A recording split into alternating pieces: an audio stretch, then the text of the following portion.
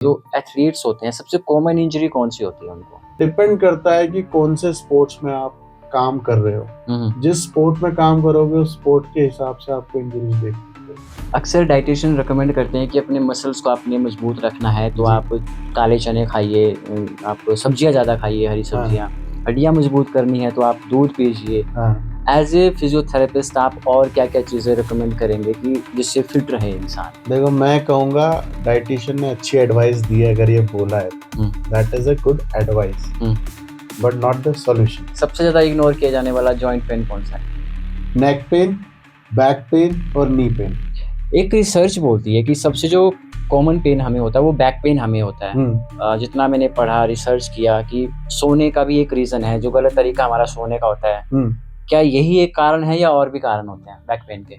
मैं पिज्जा भी खाता हूँ, मैं उल्टा भी सोता हूँ, ठीक है, मैं ऑफिस में बैठता भी हूँ, मुझे कोई फन करना है मैं वो भी करता हूँ, मैं जितना ज़्यादा चीज़ हो सके उतना खाता हूँ, और जितना ज़्यादा लेस कर सकूँ उतना लेस भी करता हूँ। अगर मुझे 12 घंटे सोना है मैं 12 घंटे भी सोता हूँ। मेरे मायने में कोई चीज़ गलत नहीं है, अगर आप उसे लिमिट में करो तो।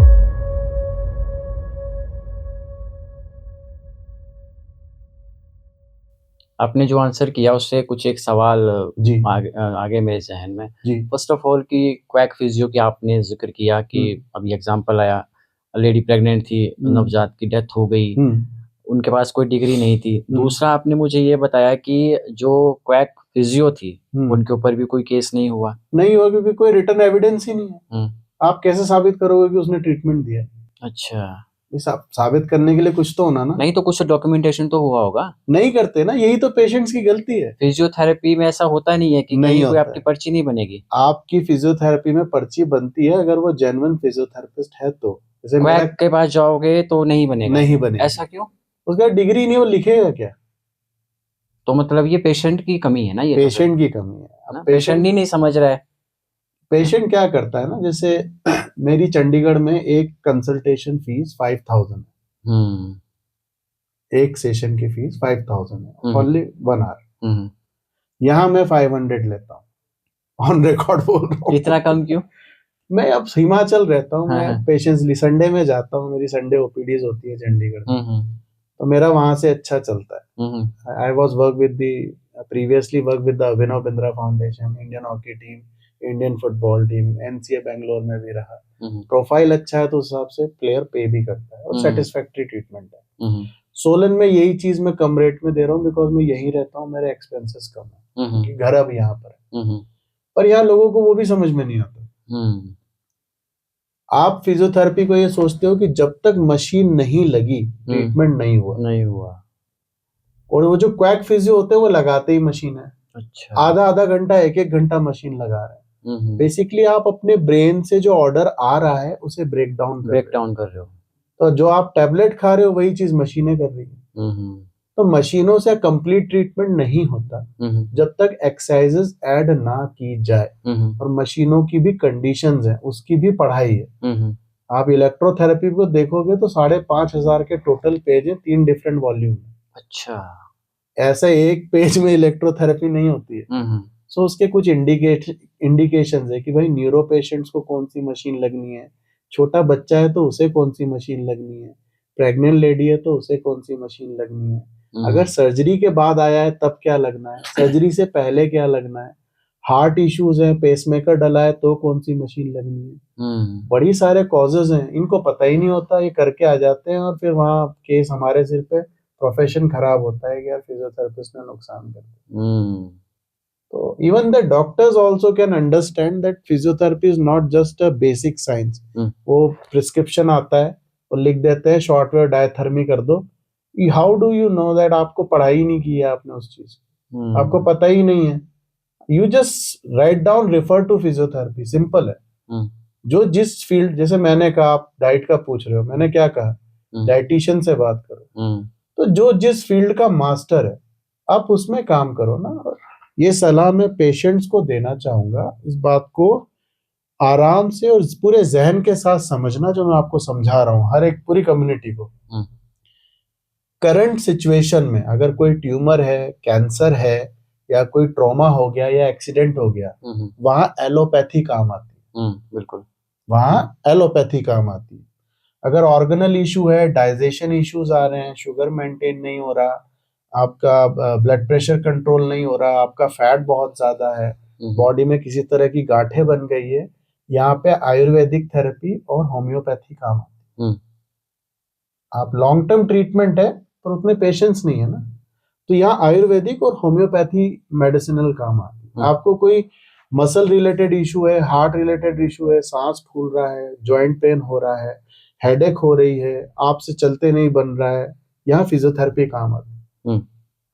आपका बच्चा है, चल नहीं पा रहा है, नीचे गिर रहा है, लंगड़ा लूला सा है, या sorry to this word but उसे ऐसे ही बोलेंगे, या लंगड़ा लूला सा है, या उसका हाथ नहीं मोड़ रहा, यहाँ पे ऑक्यूपेशनल थेरेपी काम आती है जी। कई बच्चे हैं जो बोल नहीं पा रहे, उनकी टंग से आवाज ही नहीं निकल रही, उन्हें सुनाई नहीं दे रहा, यहाँ पे ऑडियोलॉजिन स्पीच थेरेपी काम आती है। केवल एलोपैथिक को सिर पे मत बिठाओ, दुनिया में बहुत सारी फील्ड हैं and they all are equal.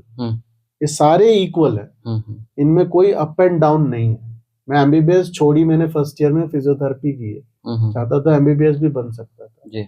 Matter ये करता है कि आपका थॉट प्रोसेस क्या है, प्रोसेसर जरूरी है। आपका थॉट प्रोसेस ही नहीं है, उस लेवल पे आप सोच नहीं रहे हो। बिल्कुल। और डॉक्टर्स को भी ये बात समझनी चाहिए कि जो जिस फील्ड की प्रॉब्लम है उसी के पास भेजे। अब एक छोटी सी प्रॉब्लम है, मैंने कई बार नोटिस किया, यहाँ पे ना बियर डैप्स आ जाते हैं या फिर स्किन टिश्यूज डैमेज आते हैं। मैंने होम्योपैथी में कई बार, यहाँ पे सोलन में कई सारे डॉक्टर्स है, मैंने भेजा है और 101% रिजल्ट है। अच्छा। एक फैटी लीवर की पेशेंट थी, मैंने उसे एडवाइस किया आप आयुर्वेदा वाले से बात करो, एंड रैंडमली उसने 20 केजी रिड्यूस किया, और एलोपैथी करते करते उसे 10 साल हो गए।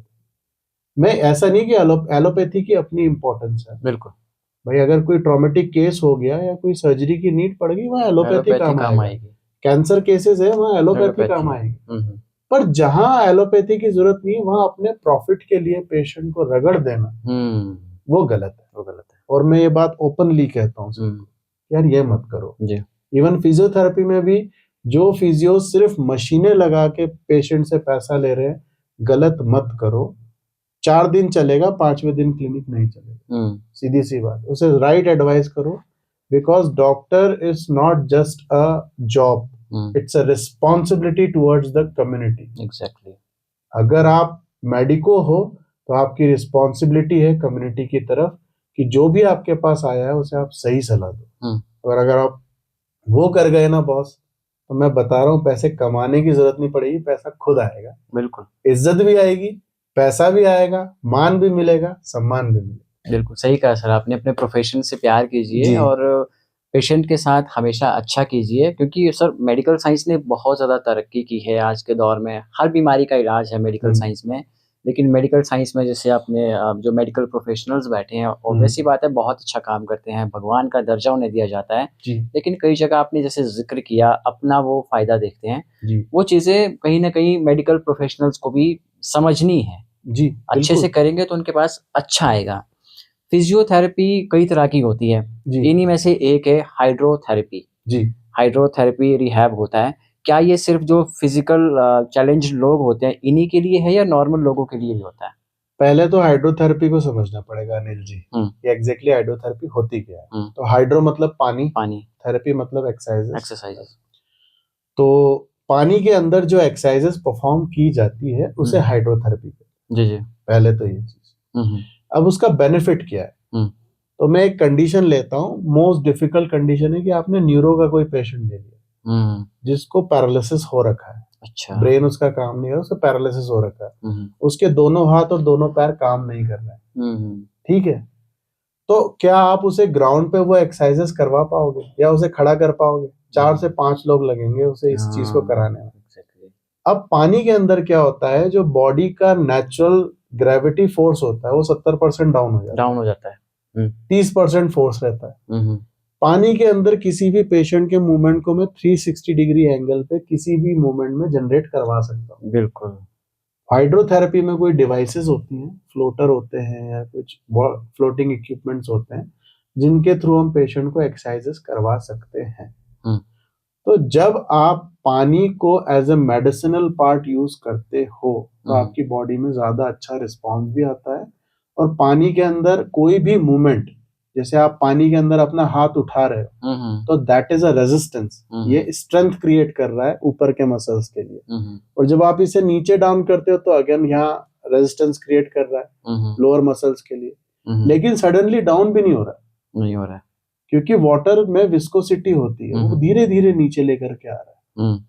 तो सडनली ग्रेविटी फोर्स नहीं आता, तो मसल्स में कॉन्ट्रैक्शन भी हो रही है, मसल एक्सरसाइज हो रही है, जॉइंट में मोबिलिटी भी हो रही है, प्लस ऑस्मोसिस काम कर रहा है। जो पेशेंट बेड रिटन है, जो पानी ढंग से नहीं पी पा रहा, तो स्किन पानी अब्सॉर्ब करती है, तो जो उसकी हाइड्रेशन है वो इम्प्रूव होती है, ब्रेन फ्रेश फील करता है, बॉडी का टेम्परेचर सिस्टम नॉर्मल स्टार्ट होना शुरू हो जाता है। आप उसे मतलब पोजीशन से स्टैंडिंग पोजीशन में ले आते हो, सुपाइन से स्टैंडिंग में, तो जो उसका ग्रेविटेशनल ब्लड फ्लो है वो जनरेट होना शुरू हो जाता है, उसके ऑर्गन सिस्टम से काम करना शुरू कर देते हैं। तो मल्टीपल बेनिफिट्स है hydrotherapy, and I am proud that कि मैं इस फील्ड में काम करता हूँ। मुझे अच्छा लगता है हाइड्रोथेरेपी में ट्रीट करना जब भी कोई पेशेंट मिलता है। तो हाइड्रोथेरेपी जो एक रिहैब होता है, इसे क्या पेशेंट को पूरी तरह ठीक किया जा सकता है? डिपेंड करता है केस क्या है। अब जैसे न्यूरो के केसेस हैं तो आप मोबिलिटी तो दे सकते हो, पूरी तरह ठीक करने में समय बहुत लगता है। हाँ, लेकिन अगर मस्कुलोस्केलेटल केस है, लाइक डिस्क बल्ज हो गया, हार्निएशन हो गया, या फिर नी लिगामेंट इंजरीज हो गई, या नी इंजरीज है, मेनिस्कल टियर है, शोल्डर इंजरीज है, या प्रेग्नेंट वुमेन्स हैं, या फिर उसके बाद बच्चे हैं, सीपी चाइल्ड हैं, इनको 100% ट्रीट किया जा सकता है। हाइड्रोथेरेपी का अभी जिक्र हो रहा है, मस्कुलर डिस्ट्रॉफी सेंटर है यहाँ पे, हाँ वहाँ मैं गया था, एक डॉक्यूमेंट्री शूट करने गया था, तो हाइड्रोथेरेपी दे रहे थे ऐसे लोगों को जो फिजिकली चैलेंज्ड हैं। तभी मैंने सर आपसे ये सवाल पूछा था, जो इस तरह के फिजिकल चैलेंज आते हैं, न्यूरो की आपने प्रॉब्लम बोली, और भी कुछ हो सकते हैं, बेसिकली ये क्यों आते हैं? देखिए, कुछ जेनेटिक हो सकते हैं। हाँ, कुछ तो जेनेटिक है, कुछ ट्रॉमेटिक है, कुछ वायरल इन्फेक्शन या बैक्टीरियल इन्फेक्शन की वजह से भी आ जाते हैं। अब ये ना बहुत बड़ा साइंस है, आपको इसको समझना पड़ेगा, थोड़ा सा पब्लिक को भी इस बारे में समझने की जरूरत है। हम लोग यहाँ नॉनवेज बहुत खाते हैं, ठीक है, और गाय का दूध और भैंस का दूध बड़ा तेजी से आ रहा है। अब इस बात, ये ना पूरा साइंस है, एक पूरा चैनल बना हुआ है, उसको समझिए कि भैंसों को ज्यादा तेज ग्रो अप करने के लिए और ज्यादा दूध देने के लिए स्टेरॉइड इंजेक्शंस लगाए जाते हैं। अच्छा। जो मुर्गियां फार्म्स में बन रही हैं, उन्हें बहुत जल्दी ग्रो कराने के लिए उस तरह की फीड दी जाती है कि वो जल्दी ग्रो करें, जिसमें भी स्टेरॉइड डाइट है। अच्छा। और इंजेक्शंस भी लगाए जाते हैं छोटे छोटे बच्चों को। तो होता क्या, और जो फीड दी जा रही है भैंसों को भी या मुर्गियों को भी, या जो भी आप खाना खा रहे हो, या यूरिया वगैरह डल रहा है, तो ये सारी चीजों से ही कंटेंट बन रहा है। ओके, अब वही दूध मार्केट में आपको मिल रहा है। अब आपका बच्चा उस दूध को खा के या पी के बड़ा हो रहा है, तो कुछ ना कुछ, चलो 100% स्टेरॉइड नहीं, 1% तो आ रहा है। नहीं, स्टेरॉइड तो फिर वो लोग भी लेते हैं ना जो जिम जा रहे हैं, वो तो ले रहे हैं। हाँ, वो किसके लिए फिर? वो तो ओवर ग्रोथ के लिए ले रहे हैं ना, और वो बिना प्रिस्क्रिप्शन ले रहे हैं। अच्छा। स्टेरॉइड अच्छा ही नहीं होता जब तक कोई मेजर कंडीशन ना आ जाए, और बिना डॉक्टर प्रिस्क्रिप्शन के स्टेरॉइड देना ही नहीं। जब ये अच्छा नहीं है तो जो जिम चलाते हैं फिर वो रेकमेंड क्यों करते हैं कि आप ये वाली प्रोटीन लो? सर्टिफाइड नहीं है, मैंने वही कहा ना, लोगों में नॉलेज नहीं है, वो सर्टिफाइड नहीं है भाई। आप बिना सर्टिफिकेशन, बिना किसी नॉलेज के अगर आप किसी को कुछ भी दे रहे हो, तो आप भारतीय न्याय संहिता की धाराओं का उल्लंघन कर रहे हो। अच्छा। आपको जेल हो सकती है, आप जेल में जा सकते हो अगर किसी को हार्म हो गया। लोग, प्रॉब्लम क्या है ना, लोग यहाँ कंप्लेंट नहीं करते। ये भी रीजन है, अवेयर ही नहीं है, पता ही नहीं है। आपको ये भी नियम पता होना चाहिए कि जिम में अगर आपने एक डंबल उठाया है और नीचे जाके छोड़ दिया, लोग यहाँ डंबल उठा के ऐसे छोड़ देते हैं जिम में, अगर वो डंबल बाउंस करके किसी के पैर पे गिर जाए तब भी आप पे धारा लागू होती है और आप पे केस बन सकता है। रखने वाले पे या जिम चलाने वाले पे? दोनों पे। दोनों पे। क्योंकि उसने वो सर्किट फिक्स नहीं किया है कि भाई जिसने डंबल जहां से उठाया वो ग्राउंड पे धीरे से रखेगा और वहीं से उठा के वापस रैक पे रखेगा। अच्छा, ये नियम है। आप कई विदेशों में जाओगे, जब मैं काफी जगह विजिट किया है, तो बाहर एक रूटीन सेट है। मैंने कहा ना सिविक सेंस मैटर्स।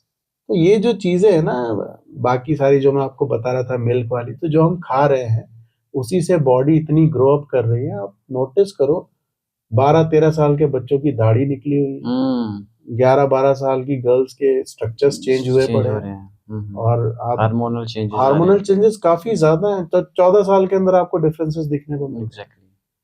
तो अभी ये चीजें समझनी है। और जैसी एज बढ़ती है लोगों को फिर डाइट का कंट्रोल नहीं है। हाइजीन तो इस कंट्री में कोई फॉलो ही नहीं करता, प्रोटोकॉल्स नाम के लिए होते हैं। मैं नहीं मानता कि ये चीजें सही है। सिर्फ ऑन पेपर सही होना ठीक नहीं होता, आपको ऑन ग्राउंड भी सही होना बहुत जरूरी है।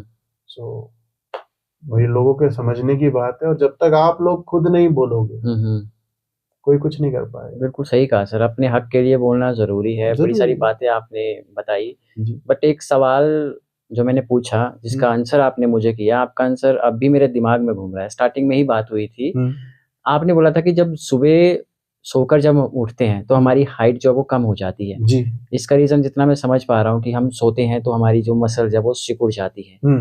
हाइट कम होने का यही रीजन है या कुछ और भी हो सकता है? नहीं, ऐसा कोई रीजन नहीं है हाइट कम होने का, वो सिर्फ बेसिक फिजियोलॉजी रिस्पॉन्स होता है। मसल टाइट हो जाती है तो हाइट डिफरेंस आता है। हाइट देखो दो चीजों से मैटर करती है। एक तो आपका बैड स्ट्रक्चर जो आप बचपन से फॉलो नहीं कर रहे हो, तब रुक सकती है कि आपने अपना रूटीन सही नहीं रखा, टाइम से एक्सरसाइजेस नहीं की, टाइम से डाइट नहीं ली, टाइम से वैक्सीन नहीं लगे, तब ये प्रॉब्लम हो सकती है। इसके अलावा दूसरा जो होता है वो जेनेटिक होता है। भाई क्रोमोसोम्स आपके फैमिली से कैसे आए हैं, ये भी एक मैटर। इसके अलावा अगर कोई है वो सब भ्रांति है, सीधी सी बात। अच्छा, ये भी बोलते हैं ना कि जो हाइट है हमारी सिर्फ 18 साल तक ही बढ़ती है, ये मिथ है या कोई रिसर्च है? देखो, एक कुछ अफ्रीकन कंट्रीज में तो ऐसे भी साइन देखने को मिले हैं कि 31 साल की एज तक भी हाइट बढ़ी है। कॉन्टिनेंट मैटर करता है ना, कॉन्टिनेंट एरिया मैटर करती है। अब अफ्रीकन को देखोगे 6-6 6.5 फीट के है। सही बात है। न्यूजीलैंड वालों को, ऑस्ट्रेलिया वालों को देखोगे वो भी 6-6.5 फीट के है। जितने भी साउथ एशियन कंट्रीज हैं इनको देख लो आप, ये आपको 5'8", 5'4" के आसपास। बिल्कुल। सो कॉन्टिनेंट एरिया मैटर करते हैं। मैंने वही कहा ना, मिथ बहुत है लोगों में। और डॉक्टर रायचंद एक ऐसी फील्ड है ना, डॉक्टर रायचंद, हाँ, ये बिना वजह बिना डिग्री वाले हैं। ये इनको खुद नहीं पता क्या करना है, पर ये राय बहुत देनी है, तो उसका कोई तुक नहीं बनता। तो सर बड़ी सारी बातें आज आपने बताई, और मन तो ऐसा ही कर रहा है कि कुछ और आपसे उगलवाएं, कुछ और बातें आपसे करें हम। फिर कभी हो जाएगा। फिर कभी दूसरे सेशन में हम बैठेंगे जी। एक फिजियोथेरेपिस्ट नहीं, एक नॉर्मल इंसान के तौर पे क्या आप एडवाइस दोगे कि कैसे हम अपनी हेल्थ को अच्छा बनाएं कि हमें डॉक्टर्स के पास जाना ही ना पड़े? बीमारी तो आती ही आती है। कोई भी बीमारी हो, कभी ना कभी किसी ना किसी की बॉडी में आती है। ऐसा तो है नहीं कि हम बच रहे हैं जिस हिसाब से अभी समय चल रहा है। पर फिर भी एक एडवाइस मैं देता हूँ, 8 घंटे की नींद, 8 घंटे की कम से कम नींद, कम से कम मोबाइल यूज, समय पे 3 वक्त का खाना, और खाना भी सुबह 9 बजे के बाद और शाम से 6 से पहले। कि 9 बजे ब्रेकफास्ट, 1-2 बजे लंच, और शाम को 6-7 बजे डिनर, और बीच में इंटरमिटेंट फास्टिंग। और दिन में लिक्विड लो 5 लीटर। लिक्विड मतलब जूस भी होना चाहिए, कोकोनट वाटर भी होनी चाहिए, और नॉर्मल वाटर 1 से 2 लीटर। अगर ये 5 लीटर लिक्विड अपनी बॉडी में ले रहे हो तो मेरे को नहीं लगता कोई हार्म होगा। 6 बजे से पहले खा लेते हो तो मुझे नहीं लगता कि बॉडी में कोई नुकसान होगा। 8 घंटे की नींद ले रहे हो तो माइंड हमेशा फ्रेश रहेगा। और बेसिक एक्सरसाइजेस जो मैंने 4 बताई हुई थी पहले, कि वॉल पुशअप्स, प्लैंक, ब्रीजिंग और स्क्वाट्स। अच्छा, ये नॉर्मल एक्सरसाइज करनी है। इतना रूटीन अगर कोई फॉलो कर ले अपने काम के साथ, तो मैं नहीं मानता कि उसको कोई नुकसान होगा।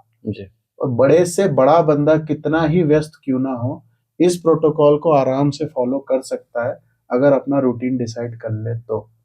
बाकी अगर वो कह रहा है कि मुझसे नहीं हो सकता, वो सिर्फ एक्सक्यूजेस है। सही बात है, एक्सक्यूजेस की फिर कोई लिमिट।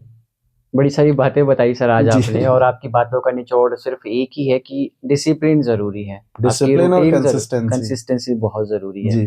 और सर बड़ी सारी बातें आज आपके साथ हुई इस खास पॉडकास्ट में। बहुत बहुत शुक्रिया आपका। थैंक यू अनिल जी, जय हिंद, जय हिमाचल। तो कैसा लगा आपको आज का ये पॉडकास्ट? अपनी राय ज़रूर आप हमें दीजिएगा, चैनल को सब्सक्राइब कीजिएगा। आपका पॉडकास्ट आपका अपना है, आप सबका स्वागत है। आइए, और हाँ, वीडियो को ज़्यादा से ज़्यादा आप प्यार दीजिए, चैनल को सब्सक्राइब कीजिए। फिलहाल के लिए नमस्कार।